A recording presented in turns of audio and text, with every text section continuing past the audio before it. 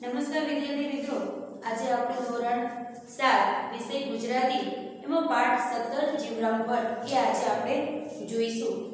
જીવરામ ભટ્ટ પાઠના લેખક દલપતરામ છે. તેમનો જન્મ 1820 માં થયો અને તેમનું અવસાન 1898 માં થયું. કવિ દલપતરામ ડાયાભાઈનો જન્મ સુરેન્દ્રનગર જિલ્લાના વઢવાણમાં થયો. એટલે એમ પણ કહી શકાય કે આપણા ગામના આ કવિ છે. અર્વાચીન ગુજરાતી સાહિત્યના આરંભકાળે દલપતરામની પદ્ય ગદ્ય પ્રવૃત્તિ અનેક રીતે ધ્યાન ખેંચનારી છે કે તેમણે જે પણ ગદ્ય અને પદ્ય જે પણ આપેલા છે એ આપણને એક ધ્યાન ખેંચી દે એવી એમની એક સરસ રચના છે. આ કવિતાની ગુજરાતી સાહિત્ય અને સંસ્કાર જીવન ઉપર ઘણી મોટી અસર કરી છે.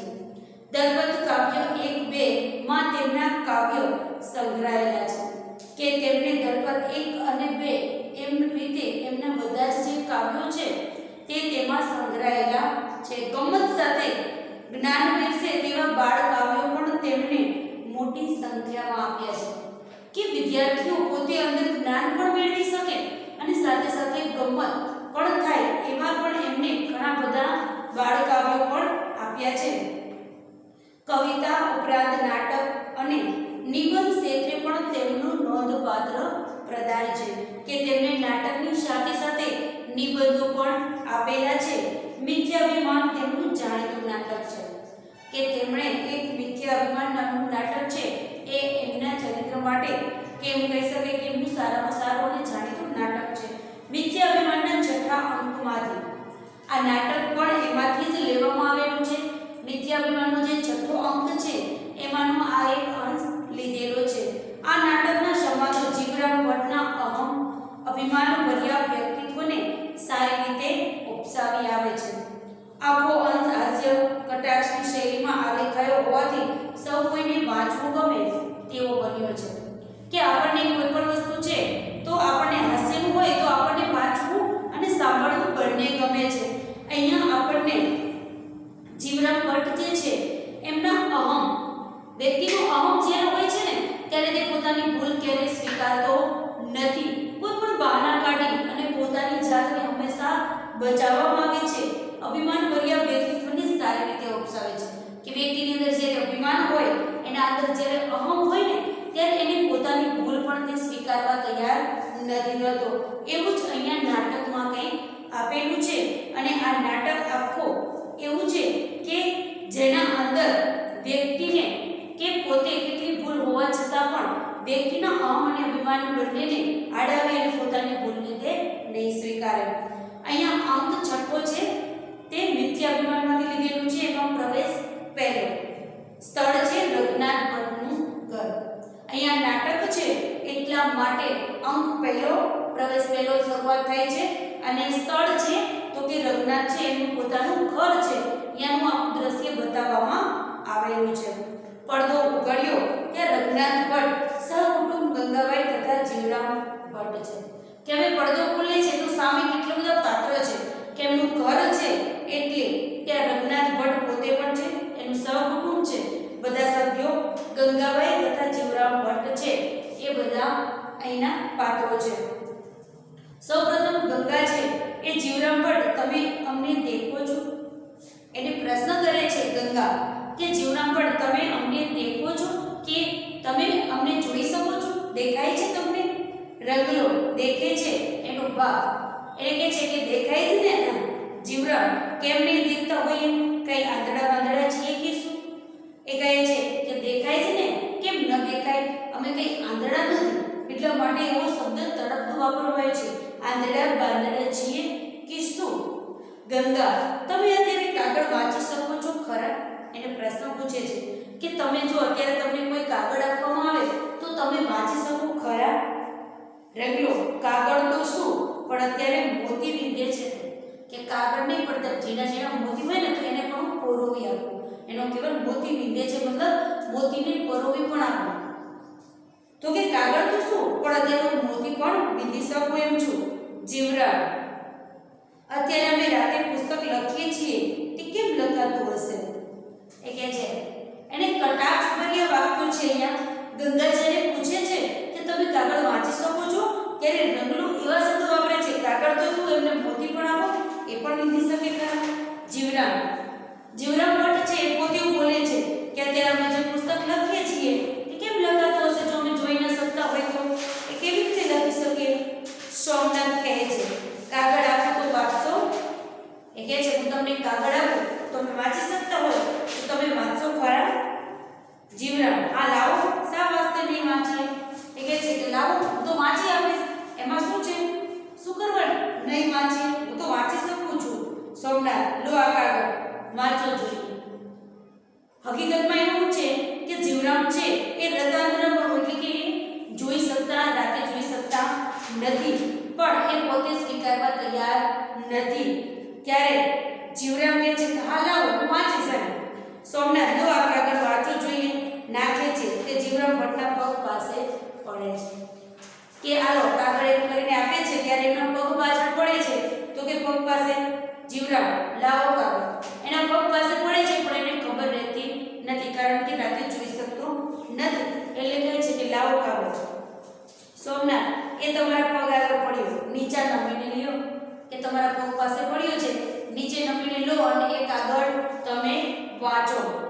જીવરામ તમારી આગળ નીચે નમવાની અમારે ગરજ નથી કે એ પોતે સ્વીકારતા નથી કે પોતે તે રાતે વાંચી શકતો નથી એટલે એવું કહે છે કે તમારી આગળ અમે કઈ નીચે નમીએ અને કાગળ લઈએ એવી અમારે ગરજ નથી એટલે અમે નીચે નહીં નમીએ. રંગલો હવે એક શ્લોક કહે છે નમંતી ફલોની વૃક્ષા નમંતી ગુણોનો જના શુષ્ક કાષ્ઠ ચ મૂર્ખાસ ન નમંતી કદાચન. કે અહીંયા ફળવાળા ઝાડ નમે કે ઝાડ છે એને જ્યારે પણ ફળ આવે ને ત્યારે ઝાડ પણ પોતે નમી જાય છે. કહેવાનો મતલબ છે કે જેમ જેમ વ્યક્તિ છે એ દિવસે ને દિવસે વૃક્ષ છે એ પણ નાનું છોડ હોય છોડમાંથી તે મોટું બને અને એના પર જ્યારે ફળ આવે ત્યારે એ પણ પોતે નીચો નમી જાય છે. ફળવાળા ઝાડ પણ નમે ગુણવાળો માણસ પણ નમે કે જેનામાં ગુણ હોય ને એ માણસ પણ નમે પણ સૂકું લાકડું કે મૂર્ખ કદી નમે નહીં.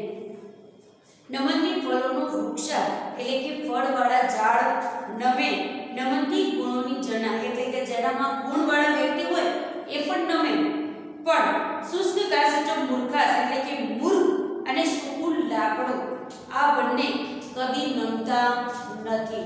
કે જ્યારે સૂકું લાકડું હોય એને ગમે તેટલું ઓલું કરવામાં આવે એને તો માકું વાળવા જાવ ને તો એ ભાગી જાય પણ એ વળે નહીં જ. તો એના પાછળનો અર્થ એ વસ્તુ છે કે સૂકું લાકડું અને મૂર્ખ વ્યક્તિની એમ કહી શકાય કે બંનેનું એવું જ એક જ સરખું છે કે એ પોતે તૂટી જાય પણ નમે નહીં પણ જ્યારે ફળવાળા વૃક્ષો હોય ને એ પણ નમી જાય અને ગુણવાળો વ્યક્તિ પણ નમે છે. ત્યારે આ જીવરામ છે નીચે નમવાની જ્યારે ના પડે છે ત્યારે રંગલો આ શ્લોક બોલે છે કે આ બધું કે ફળવાળા હોય કે ગુણવાળો માણસ નમી શકે પણ આ સૂકું લાકડું કે તમારા જેવા મૂર્ખ વ્યક્તિ કદી નમતા નથી. સોમનાથ લઈને આપે છે તેને હવે નમવાની ના પડે છે એટલે સોમનાથ કાગળ લઈને આપે છે. લ્યો આ કાગળ આપે છે કાગળ. રંગલો જોજો ભાઈઓ સુરદાસજી કાગળ વાંચે છે ખરેખરો વાંચશે કે શું. એ કહે છે કે સુરદાસ છે એ કાગળ વાંચશે એવું રંગલો બોલે છે કે ખરેખર શું આ કાગળ વાંચી શકશે ખરો. રઘનાથ સોમનાથને એમાં તો ઝીણા અક્ષર છે પેલા મોટા અક્ષર વાળો કાગળ વાંચવા આપ્યો હોત તો ઠીક છે. હકીકતમાં સોમનાથ છે કાગળ જ્યારે લઈને આપે છે ત્યારે બધાને ખબર છે કે જીવરામ પોતે રાત્રે એ વાંચી શકતા નથી છતાં એને કહે છે કે ઝીણા અક્ષર વાળો છે કદાચ એને મોટા અક્ષર વાળો છે એટલે વાંચવા આપ્યો હોત ને તો ઠીક રહે. સોમનાથ કઈ ઝીણા નથી આંધળો પણ વાંચી શકે એવા મોટા દીવા જેવા અક્ષર છે. એ કહે છે કે કઈ ઝીણા અક્ષર નથી અક્ષર મોટા છે કે આંધળો માણસ પણ વાંચી શકે. કે આપણે જ્યારે પણ કોઈ પણ વસ્તુ નાની કે મોટી હોય તો આપણે શબ્દ વાપરીએ છીએ કે આંધળો પણ વાંચી શકે. હકીકતમાં કઈ વાંચી અંધ વ્યક્તિ દેખી ન શકે પણ એનો મતલબ કહેવાય છે કે મોટા અક્ષર હોય ને તો કે આંધળો પણ વાંચી શકે એટલા મોટા તો અક્ષર છે તો કે કઈ ઝીણા અક્ષર નથી કે આંધળો પણ વાંચી શકે એવા મોટા દીવા જેવા અક્ષર છે. જીવરામ કહે છે આ લ્યો ત્યારે તમારો કાગળ અમારે નથી વાંચો. હવે એને તો સરસ મજાનું બહાનું મળે છે. સૌથી પ્રથમ પહેલું બહાનું એ મળી ગયું કે એમના પગ પાસે કાગળ પડ્યો ત્યારે એમને કહ્યું કે અમે કઈ નીચે નમી અને નમવાની કે અમારે તમારી આગળ નમીને કાગળ લેવાની અમારે કોઈ ગરજ નથી. પણ છેલ્લે જ્યારે રઘનાથ એમને કાગળ આપી દે છે ત્યારે હવે એની પાસે બીજું બહાનું એ છે કે આ કોઈ આંધળા બાંધળા વાંચી શકે એવું કાગળ છે, એટલા માટે એ કહે છે અમારે કાગળ નથી વાંચવો અને કાગળને નાખી દે છે. સોમનાથ કેમ કેમ થયું, શું થયું એમ? જીવરામ તમે કહો છો ને કે આંધળા પણ વાંચી શકે એવા અક્ષર છે, કે તમે અત્યારે એવું બોલીએ ને કે આંધળા પણ વાંચી શકે તેવા અક્ષર છે, તો અમે કઈ આંધળા નથી. કે તમે એવો શબ્દ વાપર્યો કે આંધળા પણ વાંચી શકે, તો હું કઈ આંધળો નથી અને એવા અક્ષર વાંચીએ દેખતો વાંચી શકે એવો કાગળ હોય તે અમે તો વાંચી. કે તમે આંધળા વાંચી શકે એવા કાગળ આપો તો હું કઈ આંધળો નથી, એટલે તમે મને એવો કાગળ આપો કે જે લોકો દેખતા હોય એ લોકો વાંચી શકે. આવો કાગળ જો તમે મને આપશો તો અમે વાંચીશું. ગંગા 3 આંગળી બતાવીને હવે કાગળને મૂકી દે છે. હવે 3 આંગળી બતાવીને કહે છે જીવરામ ભટ્ટ આ કેટલા આંગળા છે? એને કહે છે કે આમ બતાવીને કહવું જોઈએ. જીવરામ કહીએ તો તમે શું આપશો? એ કહે છે કે જો અમે કહી દઈએ કે આંગળી કેટલી છે તો તમે શું આપશો? ગંગા લાકડી લાડી આપી છે ને હવે બીજું શું જોઈએ છે? એ કહે છે કે તમને લાડી તો આપીને તો હવે તમારે બીજું શું જોઈએ વળી? જો અત્યારે દેખી શકતા હોય તો કહો કે તમે અત્યારે મને જોઈ શકો છો, આંગળીઓ કેટલી છે તો એ મને કહો. જીવરામ એમાં શું કહેવું છે? 5 છે. એ કહે છે કે એમાં શું કહેવાનું હોય? 5 છે આંગળી એમ. ગંગા જૂઠા પડ્યા એમ કરીને હસે છે. એ કહે છે કે આંગળી તમને બતાવી 3 આંગળી બતાવીને કહે છે ત્યારે શું કહે છે? 5 આંગળી છે. ત્યારે કહે છે કે ના આ તો ખોટું છે, જૂઠા પડ્યા એમ કરીને તે હસવા લાગે છે. જીવરામ સી રીતે જૂઠા પડ્યા? કેવી રીતે જૂઠા પડ્યા બતાવો તો? કારણ કે 5 જ આંગળીઓ છે. રંગલો અભિમાનીને અંતરે ભાસે જો નીચ ભૂલ તો પણ તેની જીભથી કદી નહીં કરે કબૂલ. કે રંગલો પાછું ફરીથી કહે છે કે પહેલા એને કીધું કે ફળવાળા ઝાડ નમે, ગુણવાળો માણસ નમે, પણ સૂકું લાકડું કે મૂર્ખ કદી નમતા નથી. એવી જ રીતે અભિમાનીને અંતરે કે જે અભિમાની હોય એના અંતર એટલે કે એના અંદર આત્માને એને ખબર હોય છે કે પાસે જો નીચ ભૂલ કે પોતાની ભૂલ છે એને ખબર જ હોય છતાં પણ તો પણ તેના જીભથી કદી નહીં કરે કબૂલ. છતાં પણ પોતાના જીભથી ક્યારેય કબૂલતા નથી. કે જ્યારે અભિમાની માણસ હોય એને ખબર હોવા છતાં ઘણીવાર વ્યક્તિ એવું જ કરે છે કે પોતાની ભૂલ પોતાને ખબર જ હોય છે કે અહીંયા કદાચ મારાથી ભૂલ છે અથવા તો હું ખોટો છું, છતાં પણ અભિમાની વ્યક્તિ છે એ પોતાના જીભથી ક્યારેય પોતાની ભૂલને સ્વીકાર કરતા નથી. એટલા માટે અહીંયા રંગલો છે એ જીવરામ ભટ્ટ માટે આ એક દોરો જે છંદ છે વાપરે છે કે અભિમાની વ્યક્તિ અંદર એના ખબર હોય છે કે પોતાની ભૂલ છે, છતાં પણ તે પોતાને સ્વીકારવા કે કબૂલ કરવા તૈયાર નથી થતો. ગંગા 3 આંગળીઓ ઊભી રાખીને એને કહે છે કે 3 આંગળી ઊભી રાખીને 2 આંગળીઓ વાળીને મેં તમને પૂછ્યું હતું કે મેં 3 આંગળી ઊભી હતી અને 2 આંગળી તો વાળી દીધી હતી અને મેં તમને પૂછ્યું હતું તો 5 આંગળી કેવી રીતે થઈ? જીવરામ ત્યારે અમે પણ એ જ કહ્યું કે નહીં, 3 આંગળીઓ ઊભી અમે દીધી અને 2 વાળેલી દીધી, તે બધી મળીને 5 દીધી. કે તમે તો મને શું પૂછેલું એવું તો કીધું નહોતું કે કેટલી આંગળીઓ ઊભી છે ને કેટલી વાળેલી છે. તમે મને ખાલી એટલું પૂછ્યું કે કેટલી આંગળીઓ છે. એટલા માટે અમે તો તમારી આંગળીઓ ઊભી હતી એ દીધી અને 2 વાળેલી પણ જોઈ, એટલા માટે આખી તમારી બધી આંગળીઓ થઈ અને કુલ કેટલી થાય તો કે 5 આંગળીઓ દીધી, એટલે અમે તમને 5 કહી. તમે ક્યારે એમ પૂછ્યું હતું કે કેટલી ઊભી ને કેટલી વાળેલી છે? કે તમે મને એવું તો નહોતું પૂછેલું કે મારી આંગળીઓ કેટલી ઊભી છે અને કેટલી વાળેલી છે. તમે તો ખાલી મને એવું પૂછેલું કે કેટલી આંગળીઓ છે, એટલે મેં કહ્યું સોમનાથ પાંચે આંગળા ખુલ્લા રાખી. વાળું આ કેટલી આંગળીઓ છે કહો જોઈએ. હવે સોમનાથ છે બધી જ એટલે કે પાંચે પાંચ આંગળીઓ ખુલ્લી રાખે છે અને પૂછે છે કે આ કેટલી આંગળીઓ છે. જો તમે કહો તો જીવરામ બીજી તરફ વળે છે. જે તરફ આંગળીઓ છે એ તરફ નહીં પણ બીજી તરફ જોઈ અને ગણે છે. આ 1 2 3 અને 4 એ પોતે ગણે છે બીજી બાજુ જે તરફ આંગળીઓ છે એ બાજુ નહીં પણ એની બીજી તરફ, કારણ કે પોતે જોઈ તો શકતો જ નથી છતાં પણ એ સ્વીકારવા તૈયાર નથી કે આંગળીઓ ફરીથી પાછું ગણે છે 1 2 3 4. સોમનાથ જૂઠા પડ્યા જૂઠા પડ્યા. એ કહે છે કે તમે ખોટા પડ્યા. જીવરામ સી રીતે જૂઠા પડ્યા? અમે કદી જૂઠા પડીએ જ નહીં. એ કહે છે કે કઈ રીતે અમે ખોટા પડ્યા? અમે ક્યારેય ખોટા પડીએ જ નહીં. એટલે રમલો પાછો એ પહેલું જ આપણને કે અહીંયા આપણે તો પહેલો શ્લોક કે નમંતી ફલોની વૃક્ષા નમંતી ગુણોની જનમ શુષ્ક કાશ જો મૂર્ખાસ ન નમંતી કદાચ.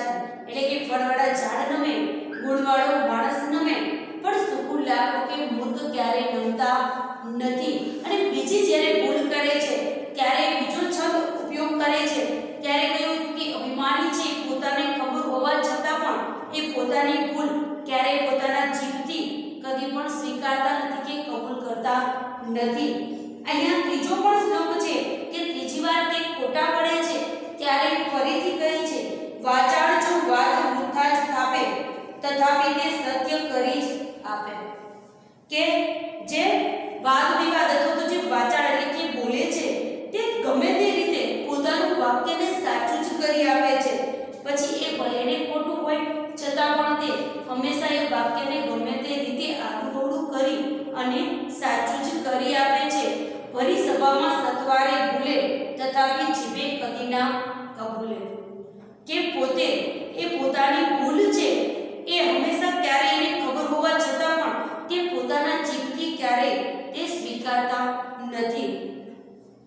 કે વાચાળ કદી બંધાય જ નહીં. વાચાળ જો વાત વૃથા એટલે કે વાચાળ છે ક્યારે બંધાતો નથી. ગમે તે રીતે એને પકડવામાં આવે છતાં પણ એ ક્યારે કદી પોતે બંધાતો નથી. ગમે તે રસ્તે થઈને નીકળી જ જાય છે. તો કે તથાપી તે સત્ય કરી જ આપે. કે કોઈ પણ રીતે તે પોતાના વાક્યને સત્ય કરવા માટે કોઈ પણ રસ્તે નીકળી જાય. પણ હવે જીવરામ ભટ્ટ સંકળાસમાં એટલે કે હવે ખરેખરના તે હવે સંકળાસમાં આવ્યા. હવે છૂટી શકે એવો એક રસ્તો મને તો લાગતો નથી. હવે જૂઠા કરી તે જૂઠા ઠરી ચૂક્યા છે કે હવે એમની પાસે હવે કોઈ જ બીજો રસ્તો નથી. પણ તે વાચાળ છે ને ક્યારેય પોતે બંધાય નહીં. પણ અત્યારે એમની પાસે હવે કોઈ રસ્તો છે નહીં. તો હવે કેવી રીતે જૂઠા ઠરે છે? જીવરામ તારા જેવા ઠગ અમને જૂઠા કહે તેથી શું? પણ જ્યારે ત્રાહી લોકો કહે ત્યારે સાચું. કે તારા જેવા ઠગ લોકો છે એને કહે છે રંગલાને કે તારા જેવા લોકો મને કદાચ જૂઠો કહે કે શું થયું એમ. જ્યારે ત્રાહી લોકો કહે ત્યારે સાચું. રંગલો ત્યારે હવે તમારું સાચુંપણું સાબિત કરવું જોઈએ. કે તમે ખોટું બોલો છો એ હવે તમે સાબિત કરી આપો તો અમે માનીએ કે અમે ખોટા છીએ અને તમે સાચા છો. જીવરામ 100 રૂપિયાની હોડ કર. એ કહે છે કે હોડ મતલબ શરત કર. કે તું 100 રૂપિયાની હોડ કર ને તો હું તને સાચો કહી શકું, બતાવું. જો મેં જૂઠા ઠરીએ તો તને 100 રૂપિયા આપીએ અને જો તું જૂઠો ઠરે તો તારી પાસેથી 100 રૂપિયા અમે લઈએ. કે સૌપ્રથમ તો પહેલા સાચું સાબિત કરવું હોય ને તો પહેલા મારી સાથે શરત લગાવો. હોડ મતલબ શરત. જો મેં જૂઠા ઠરીએ ને તો તને 100 રૂપિયા આપીશ. પણ અને જો તું જૂઠો ઠર તો તારી પાસેથી અમે 100 રૂપિયા લઈશ. કે હું જૂઠું બોલું તો મારી પાસે લેવાના, જો અમે સાચા પડીએ તો તમારે અમને આપવાના. રંગલો જાદુગર સાથે ને વાચાળ સાથે હોડ તો કરીએ જ નહીં. કહ્યું છે તે તકદીરો ઘણી હોય. કે જે લોકો જાદુગર હોય ને અથવા તો જે વાચાળ એટલે કે ઘણું બોલવાવાળા અને જાદુગર આ બંને સાથે ક્યારે શરત મુકાય નહીં. ત્યારે વાચાળ શું હોડ કદી ન કીજે, જાદુગરોથી બળ બાંધી બીજે, સૂજે ન તેના સગડા સિરસ્તા, વિચિત્ર તેની છળની વ્યવસ્થા.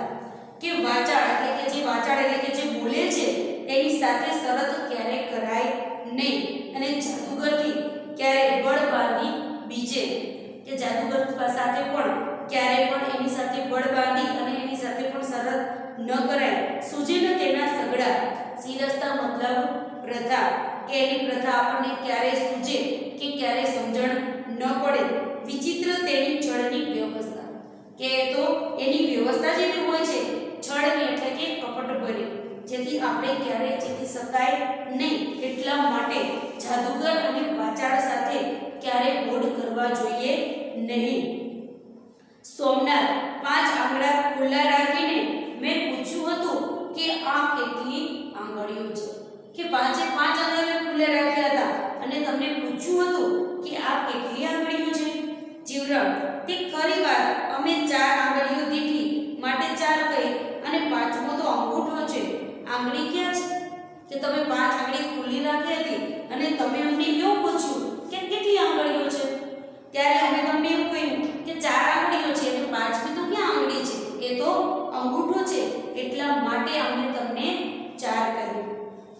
એટલા માટે કે અહીંયા જે વાચાળ એટલે કે અહીંયા જે જીવરામ ભટ્ટ છે એ કોઈને પણ જીતવા દેતા નથી, અને પોતાના અલગ અલગ ચાલબાજથી પોતાને હંમેશા એક ખોટા હોવા છતાં પણ સાચા સાબિત કરે છે.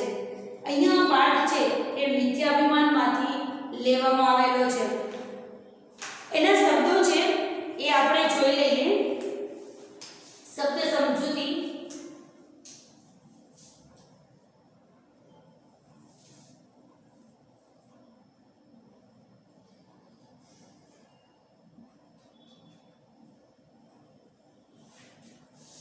પહેલો છે મોતી વીંધે છે.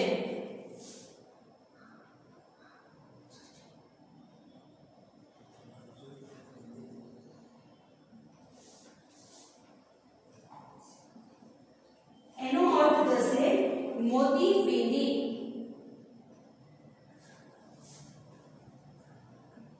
શકે એવી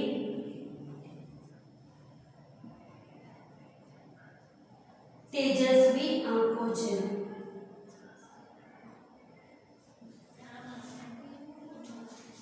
બીજું છે ગરજ.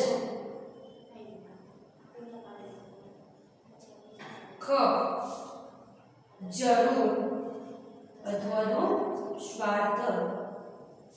ત્રીજું છે સુરદાસજી.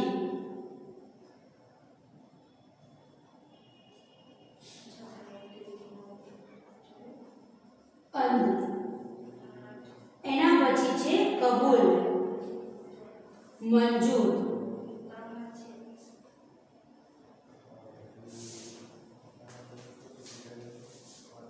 માન્ય. પાંચમું છે તદબીર, યુક્તિ, ઉપાય. છઠ્ઠું છે સિરસ્તો, પ્રથા, રિવાજ. અહીંયા આપણે શબ્દાર્થો છે એ પણ આપણે જોઈ લીધા.